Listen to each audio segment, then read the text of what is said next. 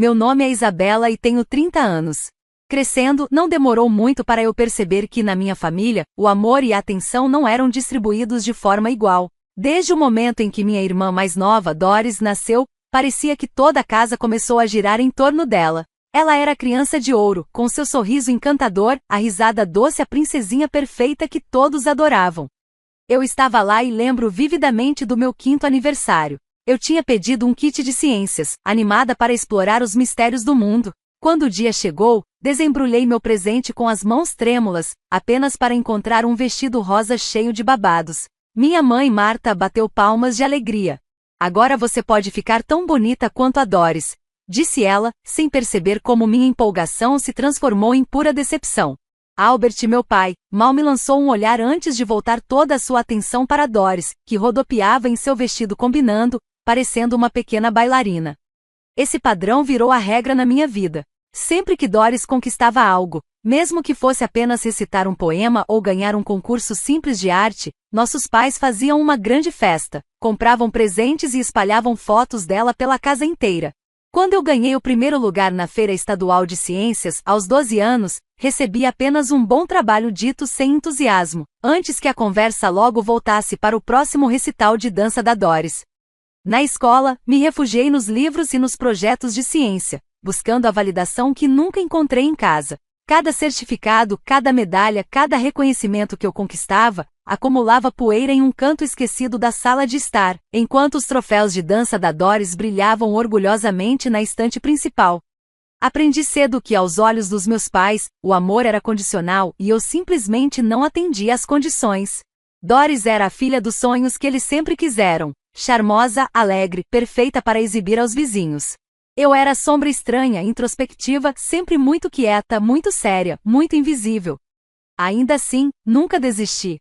Dentro de mim, um fogo queimava, uma crença teimosa e inabalável de que um dia eu provaria meu valor. Não pelos aplausos deles, não pelo amor deles, mas por mim mesma. E esse dia chegaria mais cedo do que qualquer um poderia imaginar. O dia em que fui para a faculdade foi meu primeiro verdadeiro gosto de liberdade. Ainda me lembro de ficar parada na porta, malas prontas e coração acelerado, enquanto Albert me deu um aceno distraído e Marta disse: "Não perca muito tempo com livros, viu? Logo vai precisar sossegar." Eu os ignorei. A faculdade foi uma revelação. Nas salas de aula e nos laboratórios, eu deixei de ser invisível. Minha paixão por bioquímica e ciências ambientais não era vista como estranha. Era respeitada. Pela primeira vez, minha dedicação abriu portas em vez de fechá-las. Bolsas de estudo e estágios. Bolsas de estudo. Eu aproveitei todas as oportunidades que apareceram e agarrei cada uma delas com as 2 mãos. Enquanto outros alunos passavam os fins de semana em festas, eu passava os meus em laboratórios de pesquisa e bibliotecas. Todo o meu esforço valeu a pena quando me formei como a melhor aluna da minha turma, garantindo uma vaga em uma prestigiada empresa de biotecnologia antes mesmo de receber meu diploma. O salário não era absurdo, mas era o suficiente. Suficiente para começar a construir a vida que eu sempre sonhei, uma vida onde eu não precisasse me diminuir para caber nas expectativas de outra pessoa. Vivi de forma simples, economizando cada bônus, cada aumento, cada centavo extra. Não gastava dinheiro com roupas de grife, carros de luxo ou viagens extravagantes. Eu tinha um objetivo claro: independência. Ter minha própria casa. Aos 29 anos, depois de anos de sacrifícios e disciplina, finalmente consegui. Comprei uma linda casa de 2 quartos por $450 mil, em um bairro tranquilo e charmoso. Não era enorme, mas era perfeita: uma cozinha moderna, uma sala de estar aconchegante, um pequeno jardim nos fundos onde eu me imaginava lendo livros em tardes ensolaradas. Cada canto daquela casa representava um pedaço de mim, minhas lutas, minhas conquistas, meus sonhos. Quando contei aos meus pais sobre a compra, esperava talvez ingenuamente ver um lampejo de orgulho em seus olhos. Mas, como sempre, eles mal reagiram. Marta quase não demonstrou interesse, mais preocupada em me contar que Doris havia vencido um concurso de beleza local. Albert me deu um meio sorriso e murmurou: "Uma casa grande para uma pessoa só, não acha?" Suas palavras doeram, mas não o suficiente para apagar a minha felicidade. Pela primeira vez eu não estava buscando a aprovação deles. Eu tinha construído essa vida para mim, e nada do que eles pensassem poderia me tirar isso. Ou pelo menos, era o que eu acreditava. O casamento de Doris era o grande evento da família há meses. Marta havia se lançado em modo planejadora de eventos total, obcecada com cada pequeno detalhe, as flores, o buffet, as provas do vestido. Albert, orgulhoso, estava ao lado dela, pronto para apresentar sua filha perfeita ao mundo. Eu compareci, é claro. Apesar de tudo, ainda acreditava na importância de estar presente para os marcos familiares, mesmo que muitas vezes me sentisse uma estranha dentro da minha própria família. O local do casamento era deslumbrante, um salão elegante, decorado em tons de marfim e dourado. Cordões de luzes de fada brilhavam acima de nossas cabeças, e uma música suave preenchia o ambiente através de caixas de som escondidas. Os convidados murmuravam animadamente, riam, se misturavam, brindavam com taças de champanhe. Era como se todos estivessem encantados pela magia daquela noite. Enquanto eu me mantinha perto da mesa de bebidas, observando as celebrações, não pude evitar um sentimento agridoce. Não havia dúvidas, aquele dia era de Doris. Seu começo de conto de fadas, a realização da imagem perfeita que Albert e Marta sempre imaginaram. Peter, o noivo de Doris, parecia ser uma boa pessoa. Tinha um sorriso tímido, maneiras gentis e tratava todos com muito respeito. Em outra vida talvez eu até gostasse dele como cunhado. Dei a Doris um presente pensado com carinho, um medalhão vintage, com uma inscrição sobre novos começos e amor. Não era extravagante, mas era pessoal. Um pedaço do meu coração, oferecido em silêncio. Ninguém fez alarde, é claro. Era só eu, afinal. A cerimônia ainda não havia começado. Os convidados continuavam chegando, conversando, apreciando os aperitivos. Doris deslizava pelo salão, irradiando felicidade, seu vestido de cetim branco arrastando-se graciosamente atrás dela. Eu fiquei à margem, sorrindo quando necessário, misturando-me ao fundo como sempre fiz. Mas havia algo estranho no ar, uma tensão silenciosa, um desconforto sob a superfície. Notei um brilho diferente nos olhos de Marta toda vez que ela olhava na minha direção. Eu ainda não sabia, mas aquela noite, que deveria ser uma celebração, logo se transformaria em algo completamente diferente. Algo feio. Algo inesquecível. Eu estava perto da entrada tomando um copo de água com gás, quando vi Marta acenando para mim, com um sorriso exageradamente doce. Albert estava ao lado dela, com as mãos cruzadas atrás das costas, assumindo uma postura estranhamente formal. Querida, precisamos falar rapidinho, disse Marta, naquele tom meloso e cortante que sempre me dava um nó no estômago. Segui os dois alguns passos para longe da multidão, até um canto mais isolado do salão, onde a música parecia apenas um zumbido distante. Peter estava ali perto, conversando com sua família, sem perceber a tensão crescente ao nosso redor. Marta foi a primeira a se inclinar, sua voz baixa, mas urgente. Hoje é um dia tão especial para Doris. Tudo tem sido perfeito até agora, não é? Assenti devagar, sem saber onde aquilo ia dar. Albert pigarreou, trocando um olhar com Marta antes de falar. Há algo que sua mãe e eu estivemos pensando. Algo importante para o futuro dessa nova família. Endireitei a postura, sentindo um desconforto crescendo dentro de mim. Você tem aquela casa tão linda agora, disse Marta, os olhos brilhando não de carinho, mas de cálculo. E você está solteira. Não precisa de todo aquele espaço. Pesquei, as palavras pesadas demorando a fazer sentido.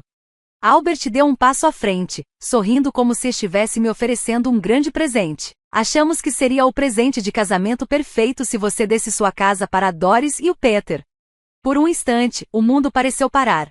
O tilintar dos copos, o riso suave dos convidados, tudo virou um zumbido distante. Você está falando sério? Perguntei, a voz firme apesar da incredulidade. Claro, respondeu Marta, como se fosse a coisa mais natural do mundo. É seu dever como irmã. Família ajuda família. Minhas mãos se fecharam em punhos ao lado do corpo. Pensei nos anos de sacrifício, nas noites solitárias trabalhando horas extras, negando a mim mesma férias, luxos, até mesmo pequenos confortos. Tudo para conquistar aquela casa, minha realização. Balancei a cabeça devagar, sentindo o fogo crescer dentro de mim. Não. Eu disse com firmeza, eu não vou dar a minha casa para ninguém. O sorriso de Marta desapareceu. Seus olhos brilharam com algo mais sombrio, uma decepção que rapidamente se transformou em fúria. A mandíbula de Albert se contraiu. Antes que eu pudesse dar um passo para trás, antes que pudesse me preparar para a tempestade, Albert se moveu e tudo mudou. Sua mão se mexeu tão rápido que no início nem percebi o que ele estava fazendo. Num movimento explosivo, ele agarrou o pesado suporte de metal da mesa de sobremesas próxima ao mesmo suporte elegante que minutos antes sustentava o bolo de noivado da Doris. Sem dizer uma palavra, sem o menor sinal de hesitação, ele o arremessou contra mim. O metal atingiu o lado da minha cabeça com um estalo nauseante. Uma explosão branca e quente de dor cegou minha visão por um instante. Cambaleei para trás, levando as mãos à cabeça, sentindo o sangue quente escorrer entre meus dedos. Suspiros de horror se espalharam pela sala. Pratos caíram no chão. Alguém gritou. Mal conseguia ouvir alguma coisa por cima do rugido nos meus ouvidos, mas vi os rostos em choque ao meu redor. Vi Marta correndo na minha direção não com preocupação, mas com um rosnado raivoso nos lábios. Sua pirralha egoísta e ingrata. Ela cuspiu, sua voz afiada como uma lâmina. Depois de tudo que fizemos por você, você ousa nos humilhar hoje, logo hoje? Tentei me manter de pé, a visão turva, o chão girando sob meus pés. Ao redor, convidados sacavam seus celulares, alguns filmavam, outros apenas olhavam em estado de choque. E ainda assim, no meio daquele caos, Doris ficou imóvel no altar improvisado, o vestido branco brilhando sob as luzes, a boca entreaberta em descrença silenciosa. Peter, do outro lado do salão, já se movia, abrindo caminho pela multidão em minha direção. Antes que ele pudesse me alcançar, uma voz masculina ecoou, firme e decidida. Estou chamando a polícia. Era Eric, eu o reconheci vagamente de apresentações anteriores.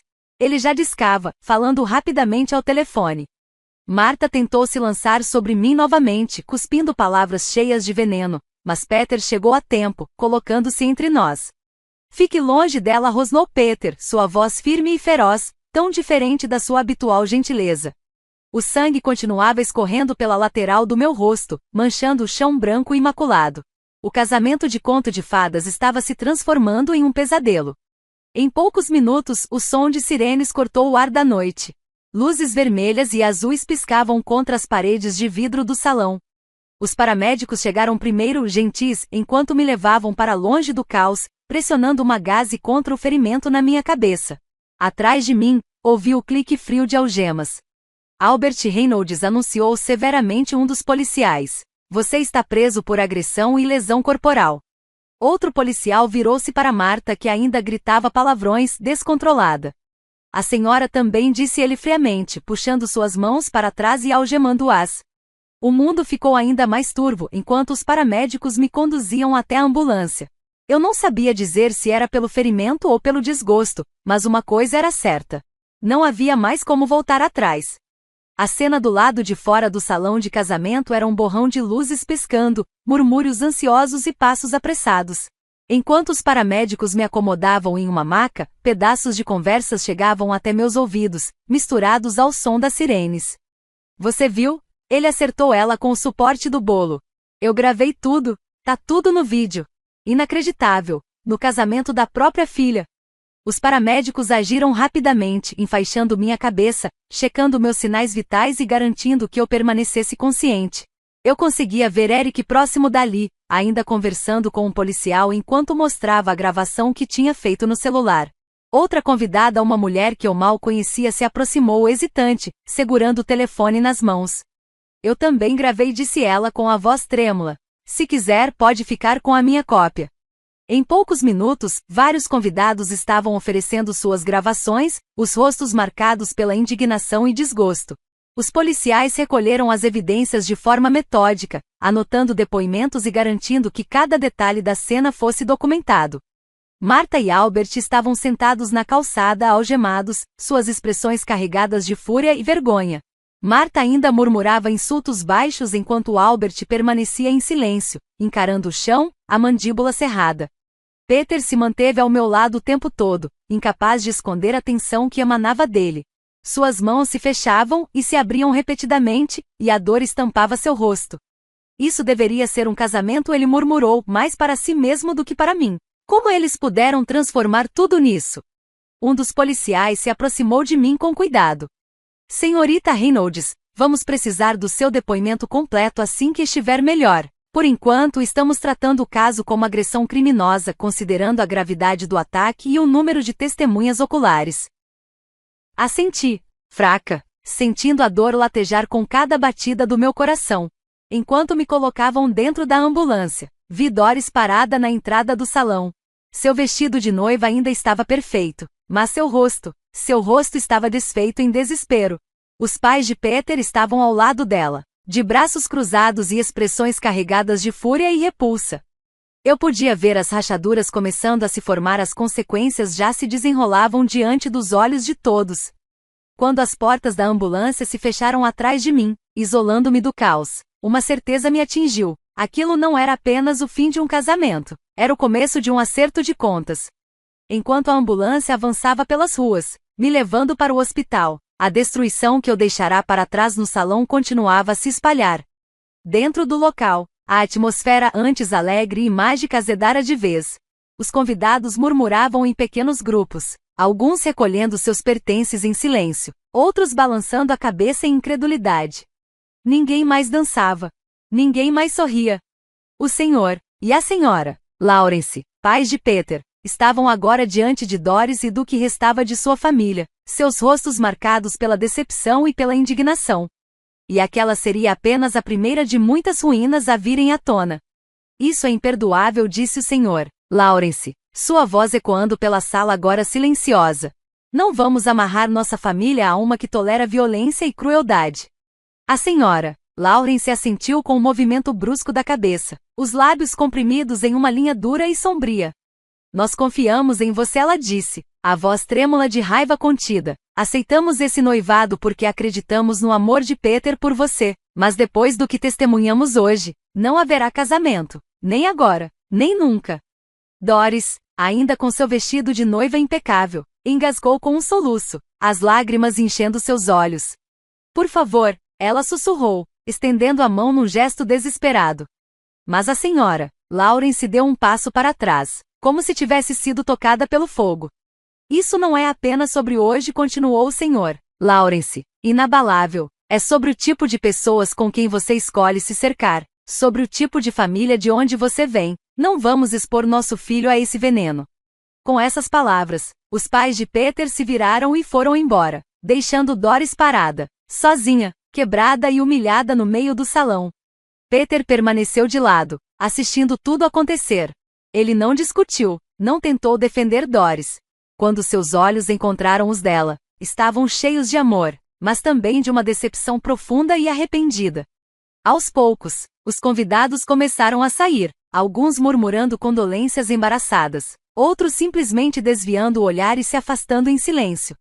Em questão de minutos, o casamento que havia sido planejado por meses desmoronou em cinzas. Doris caiu em uma cadeira próxima, seu vestido de noiva se espalhando ao redor dela como uma flor murcha. Albert e Martha, algemados sob a custódia da polícia, não podiam fazer nada. Acorrentados, literalmente e figurativamente, pelas próprias ações. O casamento havia sido oficialmente cancelado de forma brutal e devastadora. E tudo remontava a uma verdade dolorosa: a crueldade deles, cultivada e escondida por tanto tempo, finalmente destruiu a imagem perfeita que tentaram construir com tanto esforço. O quarto do hospital era pequeno, mas tranquilo, um contraste gritante com o caos que eu havia deixado para trás. As luzes fluorescentes zumbiam suavemente no teto, e as enfermeiras se moviam de forma eficiente, verificando meus sinais vitais, suturando o ferimento em minha cabeça e depois o enfaixando cuidadosamente. Eu permaneci imóvel, cada parte do meu corpo doía, mas o peso no meu coração era ainda maior. Os médicos me informaram que eu havia sofrido uma concussão, mas, felizmente, não havia nenhuma fratura. Um pequeno milagre, disseram eles, considerando a força do golpe.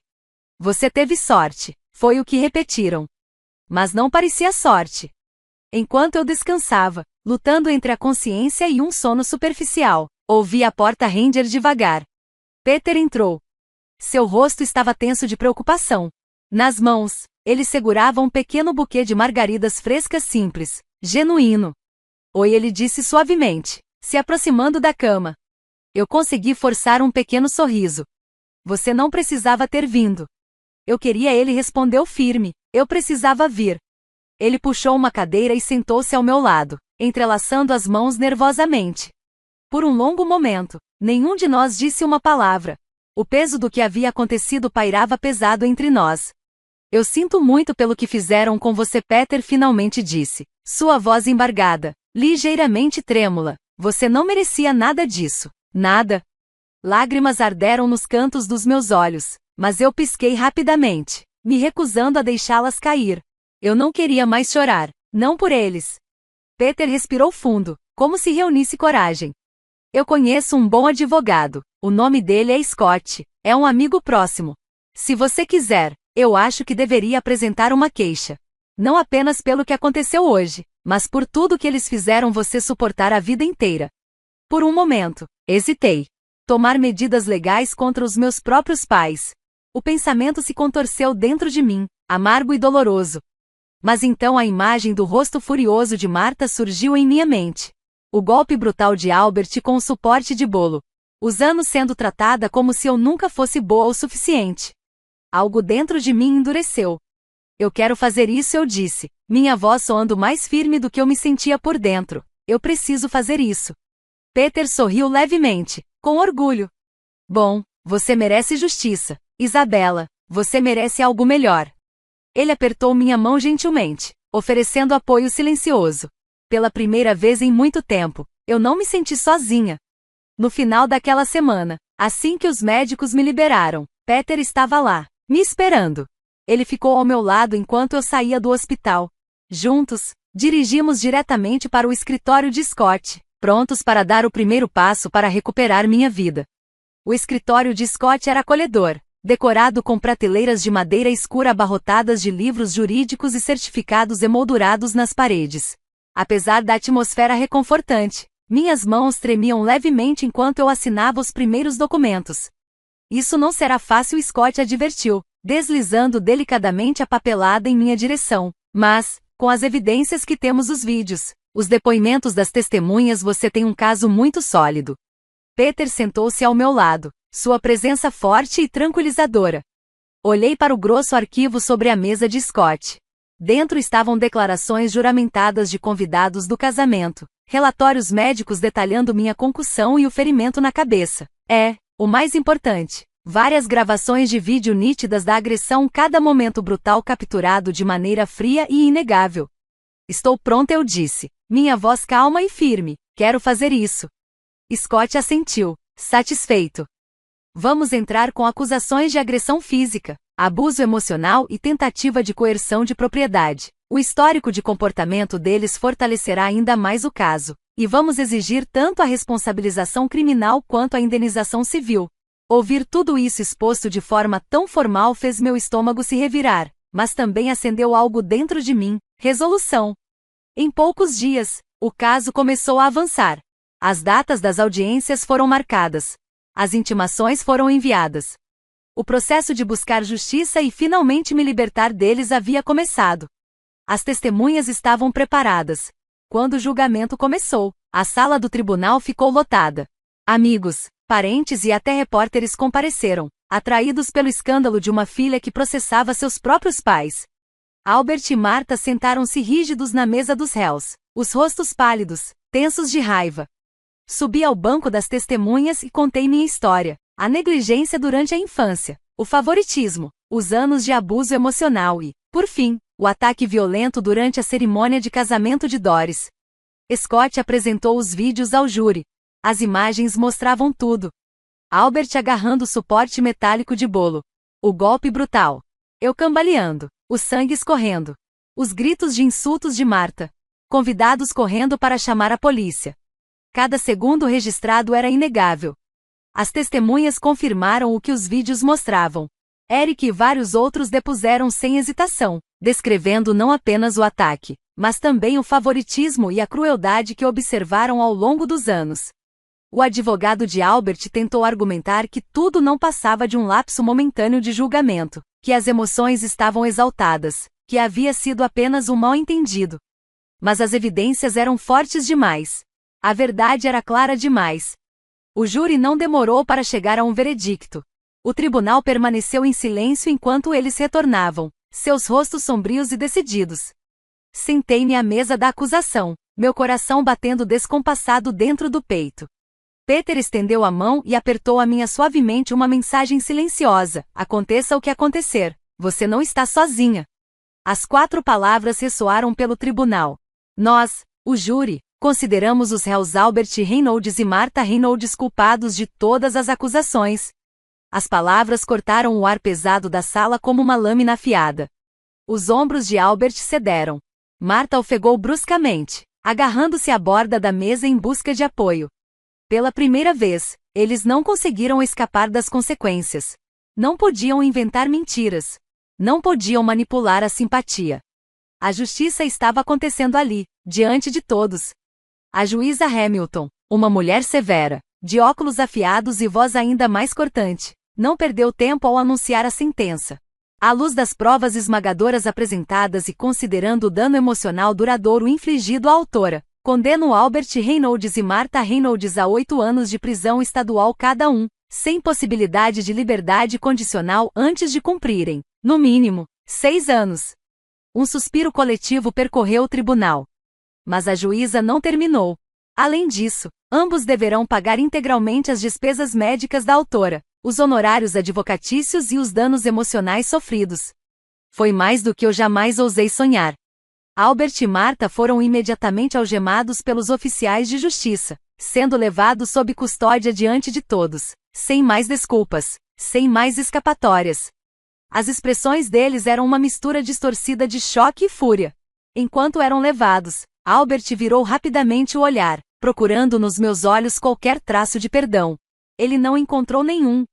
Observei-os desaparecer pelas portas laterais do tribunal, engolidos pelo sistema de justiça que eles acreditaram, arrogantemente, que jamais os alcançaria. Quando o som do martelo da juíza ecoou, encerrando a audiência, uma enorme respiração que eu nem sabia que estava segurando escapou do meu peito. Estava acabado. Anos de negligência, crueldade e traição culminaram naquele momento. Pela primeira vez na vida, eu não estava apenas sobrevivendo, eu estava livre. O sol brilhante da tarde beijou meu rosto quando saí pelas pesadas portas do tribunal. A brisa fresca trazendo consigo uma sensação de encerramento que eu jamais havia sentido. Em uma mão, eu segurava a papelada que comprovava que a justiça havia sido feita.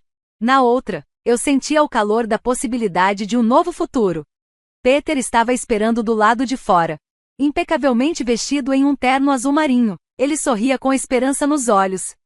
Sem dizer nada, ele caminhou até mim e, com delicadeza, afastou uma mecha de cabelo do meu rosto. Você conseguiu, ele disse, o orgulho iluminando seu olhar.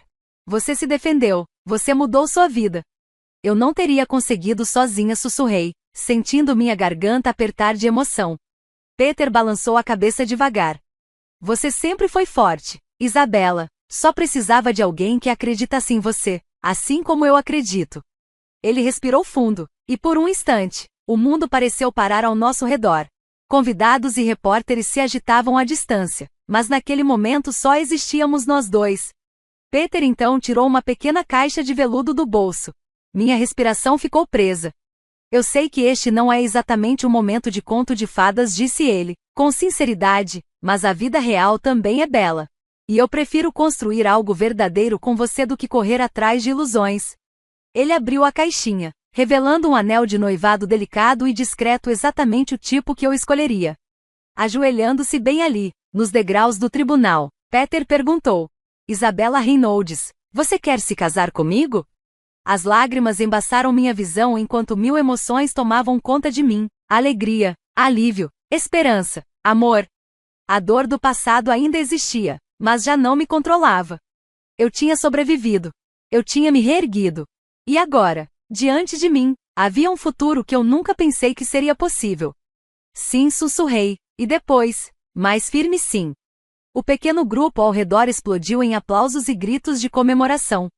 Peter deslizou o anel no meu dedo e eu o puxei para um abraço apertado, rindo e chorando ao mesmo tempo. Alguns meses depois, celebramos um casamento simples e lindo, cercados apenas por quem realmente se importava conosco. Sem grandes espetáculos, sem expectativas tóxicas, apenas amor, honestidade e esperança. Depois do casamento, Peter e eu nos mudamos para minha casa, nossa casa, a mesma casa de $450 mil pela qual eu tanto lutei para proteger. Cada parede, cada cômodo, cada detalhe daquele lar era um testemunho de resiliência, coragem e novos começos. Pela primeira vez na minha vida, eu não estava apenas existindo. Eu estava verdadeiramente, profundamente, alegremente viva.